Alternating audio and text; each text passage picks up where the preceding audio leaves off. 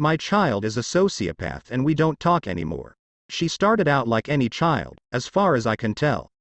I have 4 children, and spent the better part of my life teaching in some capacity, and there was never anything that screamed out to me that there was an issue.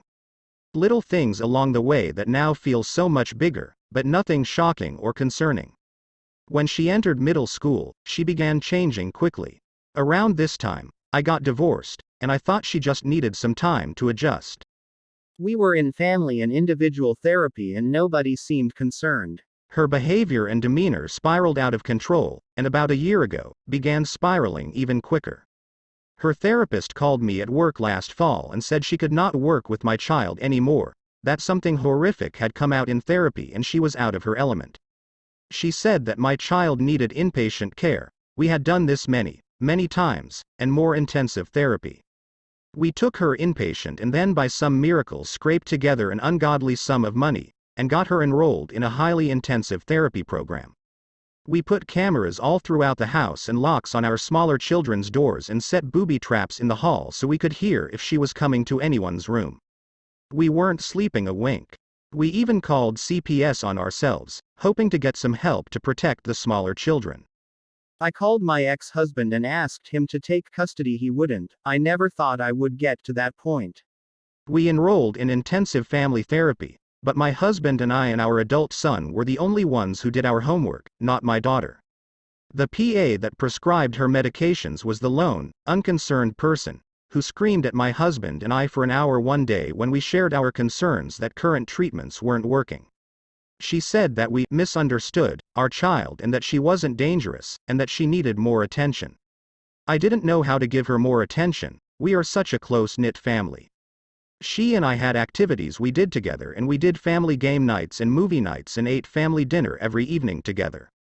She was the one who would behave so badly that family dinners became silent to avoid her screaming or abusing people. She was the one who would refuse to vote for a movie and then scream at us when we decided on one, then refuse to watch. We'd had so many heart-to-heart conversations that ended in cruelty and abuse on her part. Nothing we did worked. There was no more attention we could give her. She didn't want positive attention. Her boyfriend came to us and told us that she wanted a bad home life and that if she couldn't have it, she'd make it. He was angry and concerned because he truly did have a bad home life. Of course, I was plagued with self-doubt the whole time, concerned I was overreacting, and this made me feel even worse. Even though everyone else around me seemed to understand the gravity of the situation, I was naive. She marched into our room in February and made a bombshell announcement that sealed everyone's fate. No number of cameras or therapies or sleepless nights listening for noises could protect our smaller children. There were threats towards the adults, but those were not the main concern. The things my child spewed that day will forever be burned on my brain. I don't think I was aware enough to realize this was the last time my baby would be home, but we packed up some things and took her to the ER on the suggestion of her doctor. She hasn't been home since. I stopped eating, I was throwing up daily, I still couldn't sleep. They sent her to a residential treatment center, and they emailed us some pamphlets and studies about the kind of future kids like her have. It was grim. They are victims of abuse, they are taken advantage of, they can't hold jobs, but worst of all, they are constantly victimizing others. They said she is just shy of the legal age she can be diagnosed with ASPD, but that it is surely coming. And I see it. I see it now. For the first few months we spoke on the phone a few times a week, and every time we got off the phone I would want to die. She was refusing meds and was violently attacking her peers in the facility. She would say horrible things to me. After phone calls, I would throw up and cry until I threw up some more and my relationships at home began to suffer. I was pushing everyone away. Finally, my therapist, husband and adult son intervened and said that they thought the phone calls should stop because they were abusive. I didn't see it that way, but 2 of them had heard the calls. They pointed out that our smaller children would act out and have nightmares on phone call days, and that I would walk around crying and zoned out for days after the calls. My therapist said, "You have to sacrifice one to save the rest. That's just the way it is. I am so full of grief and shame and anger. It eats at me constantly. I know that she is a cruel person, but she was so good at pretending to be normal and kind to get what she wanted. that all I can see now are those times, those smiles. I think about my baby all alone in a facility, not having any family to talk to. Then I think about my other children and how their lives could easily be ruined and taken down a similar or worse path if I let her anywhere near them. I think about the horrible, disgusting things I found in her room. I will never get those out of my head. The things she stole from us that were creepy or just plain mean, things she couldn't or wouldn't use but that meant something to others. The more I find out over time, the more horrified I am that this is my child. I am grieving like she is dead, but she isn't, and there are no casserole trains or days off of work or Hallmark cards for something like this. The second she turns 18, I am so afraid she will end up on the streets, and I don't know if I am more concerned about what will happen to her or what will happen to the people around her. The things she likes and wants to do are unfathomable to me. I am broken. Everyone who knows, my therapist and 2 friends, tells me I have done the right thing. My smaller children don't have nightmares anymore and our home is happy and peaceful, and once I stopped taking phone calls, my health got a little better. But I think I will always have a huge hole in my heart, and I don't think the fear and grieving will ever end. I don't really feel like I can talk to anyone about it because they all were able to be cut and dry about it. I don't know why I can't. I know everyone wants me to snap out of it, but it's just not happening. It's all been weighing on me so heavily, I had to get it out. The top replies, but it's just not happening. I am so sorry you are dealing with this horrific situation.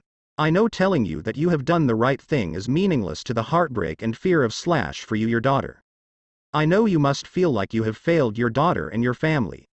What I will say is to try to give yourself the forgiveness and understanding you gave your daughter time and time again. You make the best decisions you can with the information you have. That is all you can do. It sounds to me that you have done everything and more that a mother can do. Honestly, there are many parents who would have turned their backs years ago. You didn't, you fought with all your might. Allow yourself to hear that. I would also say that there are times when things are totally out of our control, when we literally cannot fix one damn aspect of it. When the only thing we can do is stand and watch the train wreck. I had a sister like that. She was so damaged and my sibs and I were helpless to stop it. God knows we tried. One of the hardest thing I ever did was refuse to help her anymore. She ended up homeless and was missing for over a very, very long year. We didn't know if she was alive or dead. The thing I know most is that once I stopped trying to fix my sister, which felt so wrong, my family was happier.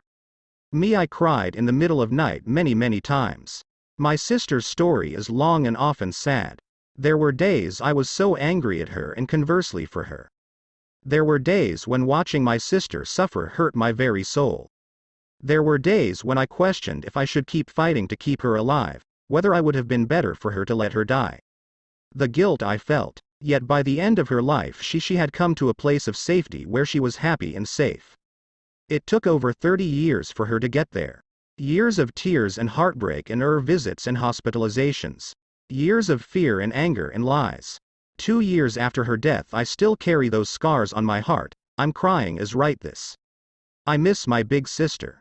I can only imagine your pain. I'm only her baby sister, not her mother. At her funeral I read a quote that I had stumbled on and had posted on my Facebook. When I was sorting the sad pile of her belonging I found she had copied that quote from my Facebook and carried it in her wallet. She had long accepted the fact that happiness is like swallows in spring. It may come and nest under your eaves or it may not. You cannot command it. When you expect to be happy you are not. When you don't expect to be happy there's suddenly Easter in your soul, though it be winter. The second reply. Hi original poster. I'm a daughter of someone in your situation. However, my mother still chooses my sociopath brother over the rest of our family. He's currently incarcerated right now for his 3rd attempt at murdering his, now ex-wife and kidnapping their children. He has sexually abused and physically assaulted most of the children in my family, his siblings. He has been in and out of jails/prison for the last 15 years for mostly violent crimes. Extremely evil, mean, abusive, you get the point. My parents keep telling us we need to forgive him and move on. They enable his behavior and protect him, even lying to the police for him and paying for his attorney time and time again. My other siblings and I hate my parents because of this. I wish my parents would have done what you did a long time ago. You did the right thing. You prevented many more years of trauma. I know it must be hard, but please don't beat yourself up over it. The second story. Am I the idiot for leaving my in-laws' Christmas dinner after I found out that they didn't make accommodations for me? I got invited to my fiancé's family Christmas celebratory dinner. It's my first Christmas with them. I have always been picky about what I eat. Can't help it, and it has to do with psychological factors, childhood, and personal likes and dislikes. Before accepting their invite, I let FMIL know that I wouldn't be eating the traditional food at their celebration, and showed her a variety of dishes to choose from to accommodate me. She refused and told me to bring my own dish. I said if I had to bring my own dish when I'm a guest, then I better stay at home then. We went back and forth, and I insisted I wouldn't come if accommodations weren't being made. I just thought it was a simple request, and FMIL could have agreed if she really wanted me there. My fiancé agreed that I should bring my own dish, but I didn't. When we arrived there and I saw that no accommodations were made, I got up, got my things and walked out and went home. My FMIL and fiancé were shocked. I got tons of calls and texts from them both, and my fiancé came home lashing out, calling me selfish and spoiled to walk out like that over a dish that his mom didn't have to make for me. And that it was my responsibility to feed myself. How is it my responsibility to feed myself when I'm a guest? Makes no sense to me. I told him this, and he accused me of starting shit and ruining my first Christmas with his family and disrespecting his mom. Now he's continually saying I messed up and should have sucked it up for the family's sake. The top replies, "You are the idiot from one picky eater to another. I went to a Christmas dinner with my mom's family. There was nothing I wanted, so I just socialized and ate when I got home. Why should she have to make a whole new dish just for you? That is pretty entitled behavior." The second reply, "How many variations of this story do you plan to post? Before the holiday, you posted after being told they weren't going to make a different meal and how you thought it was nuts as you're a guest. Everyone told you then to bring your own food. Now, you didn't and you made a scene. You are the idiot." The third reply, "You are the idiot. Your issues are just that. Yours. For you to place the responsibility for your issues on others not only makes you an idiot, but a presumptuous one at that. You were told several times before the event that you needed to deal with your own issues. You decided to go anyway. Good on you for at least going. However, you allowed your pride to get in the way by not taking care of your own issues. Basically, you said to everyone, 'Hey, they're putting this thing together. I don't care what they think. They will make me what I want.' In making the evening about you, you ruined the evening for everyone. That makes you the idiot here. Everyone is the idiot to clear few points. For those saying I have no respect for my in-laws. I do, especially FMIL. I respect her, but this is so far the biggest conflict we had. I work long hours even on holidays, so not much time to cook. I wasn't asking for an elaborated dish or several dishes. Just one simple option." The third story. Am I the idiot for not wanting coal for Christmas? This year I went to my fiancé's house for Christmas. It was my first time going, as we would typically go to my family's house instead. I got a rather pricey gift for my fiancé, Dan. Related to his hobbies, I got nice gifts for Dan's parents based off of things I'd talked about with them before, and I got a small pack of chocolates for each of Dan's other relatives. I didn't know them that well. I wasn't expecting many gifts from Dan's relatives because I didn't know many of them that well, but I was certainly expecting more than I got. At first, I was excited when I saw that there was a big pile of gifts for me. However, once I opened the first one, it was just a piece of coal. Everyone laughed, and I just kind of laughed along, thinking it was a gag gift and that the other gifts would be different. But every single one turned out to be coal. All 18 of them. I started to get upset, so I cried and lashed out at Dan. But he calmly explained apparently this is a long-standing tradition in his family where they gift coal to newcomers who are celebrating Christmas with them for the first time. He explained that it's just easier that way since all the relatives who might not know the newcomer well don't have to stress over finding a gift, and it's a fun experience for the newcomer as well. I told Dan I couldn't believe I skipped my own family's celebration for this and left. But now Dan and some of his family are blowing up my phone saying I embarrassed him in front of his relatives and that I made it awkward for everyone.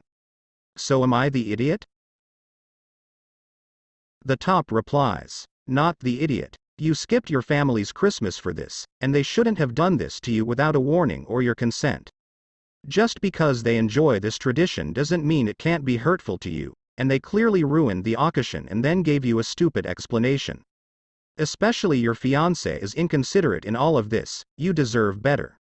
This was legit humiliation.